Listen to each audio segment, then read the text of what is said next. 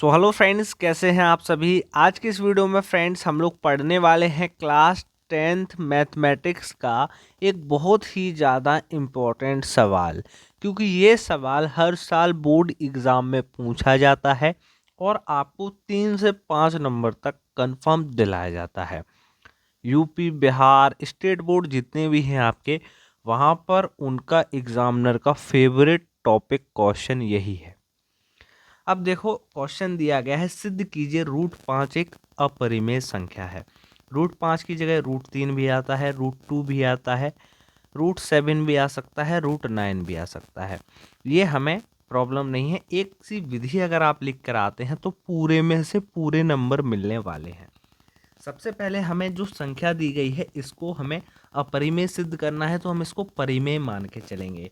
तो हम यहाँ पर लिखेंगे सबसे पहले, माना कि √5 एक परिमेय संख्या है। हम इसको क्या मानेंगे? एक परिमेय संख्या मानेंगे। ठीक है, उल्टा मान के चलना है। ठीक है, अब आपको पता है कि परिमेय संख्या हमारी किस फॉर्म में लिखी जाती है? P/Q के फॉर्म में लिखी जाती है ना फ्रेंड्स। तो हम इसको भी जो है P/Q के फॉर्म में लिखेंगे। ठीक है, तो हमने यहाँ पर लिखा P/Q बराबर आपका √5 आपके किसके बराबर हो जाएगा? P/Q के बराबर में हो जाएगा। समझ में आया कहाँ से हुआ? अब हमें पता है P और Q क्या है, यहाँ पर पूर्णांक है, तो हम यहाँ पर लिख देंगे P, जहाँ पूर्णांक है। क्या है? ये दोनों पूर्णांक हैं। आप ऐसा ही लिख कर आते हैं तो पूरे नंबर मिलेंगे। एवं Q क्या होता है? Q is not equal to 0 होता है। ठीक है, परिमेय संख्या की कंडीशन हमको पता है, ये हमने लिख दिया। अब हमें क्या करना है? अब हमें इस संख्या को जो है दोनों तरफ वर्ग करना है, यानी कि स्क्वायर करना है। तो अब हम यहाँ पे लिखेंगे दोनों तरफ वर्ग करने पर। तो हम दोनों साइड क्या करेंगे? हम स्क्वायर करेंगे, यानी कि वर्ग करेंगे। तो यहाँ पर लिखेंगे हम P/Q का होल स्क्वायर, और यहाँ पर क्या हो जाएगा? √5 का होल स्क्वायर। ठीक है, अब हम स्क्वायर को जो है ओपन करेंगे, तो ये क्या हो जाएगा? हमारा P² हो जाएगा, और नीचे हो जाएगा Q²। ठीक है, बराबर में क्या होगा? √5, और इस स्क्वायर से ये √5 कट जाएगा। ठीक है, तो ये क्या हो जाएगा? हमारा 5 हो जाएगा। अब हमें क्या करना है? इस Q को इस 5 के साथ भेजना है। ये 2 है, इसको इसके साथ भेज देंगे। तो हम इसको ऐसे भी तो लिख सकते हैं। इसको हम लिखेंगे P²/Q बराबर 5 × Q।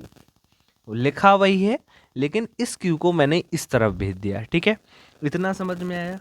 अब यहाँ पर आप देखिए, यहाँ पर जो हमारी ये है P/Q है, ये क्या है? एक भिन्न है। ये क्या दिया गया है? एक भिन्न है। ठीक है, और 5 क्या है? एक अभाज्य संख्या है, पहली बात तो। दूसरी चीज़, ये पूर्णांक है, और हमारा Q क्या था? Q भी हमारा पूर्णांक था। तो जब ये दोनों पूर्णांक हैं तो इनका प्रोडक्ट यानी कि 5Q भी तो पूर्णांक होगा।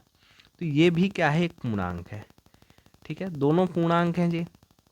अब अगर हम यहाँ देखें तो बराबर के इस तरफ क्या है? भिन्न है, और इस तरफ दिया गया है पूर्णांक, जो कि भाई बराबर एक दूसरे के नहीं है। भाई भिन्न पूर्णांक के बराबर हो ही नहीं सकता। तो ये कैसा है? असंभव है। ठीक है, एक चीज़ कैसी है? असंभव है। तो यहाँ पर हमने प्रूफ कर दिया है कि भाई भिन्न पूर्णांक के बराबर नहीं है। अब हमें लिख देना है अतः। हम लिख देंगे अतः। अब हमें आखिरी लाइन लिखना है, जहाँ पर हमको बताना पड़ेगा कि भाई ये कंडीशन क्यों हुई है। ठीक है, हमने गलत माना था कि √5 एक परिमेय संख्या है, जिसकी वजह से ये हुआ है। ठीक है, तो हम यहाँ पर वही लिखने वाला है, अतः हमारी मान्यता गलत थी एवं √5 एक अपरिमेय संख्या है।